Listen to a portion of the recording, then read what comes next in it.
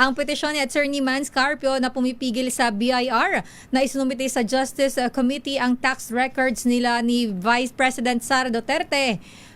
Moot and academic na ayon yan kay Congresswoman Louie Strong. Detalye balita mo, RH12, Milky Rigunan. Mana Milky, happy birthday! Ang advance sila kay talaga, Sister El, no? Bumati. Siyempre naman. Siyempre, kami pa ba? Alam ko, duty ka sa linggo, kaya dapat maramdaman na namin. Ha? Ayan. Oo. Kailangan ang blowout mo, Manang Milky, ay fourth win. Ayan. Fourth win. First win, oo.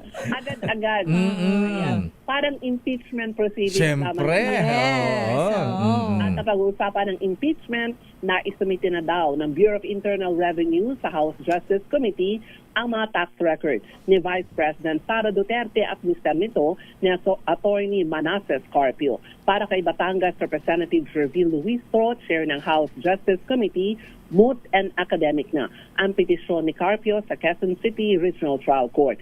Sa petisyon ni Attorney Carpio sa Quezon City RTC, hinihiling na pigilan ang BIR na isumite ang mga dokumento na ipinagsabina ng House Justice Panel bilang bahagi ng impeachment proceedings. Ay kay Luistro, agad na tumugon ang BIR sa request ng komite at noong April 14 hearing na isumite na ng BIR ang mga tax records sa mag-asawang Duterte Carpio.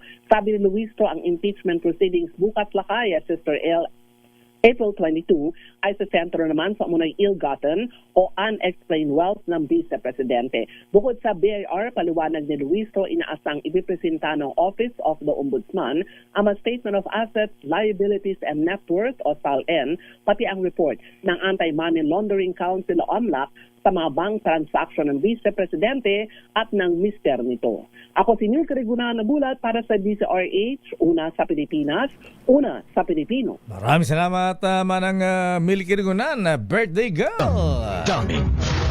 Bye.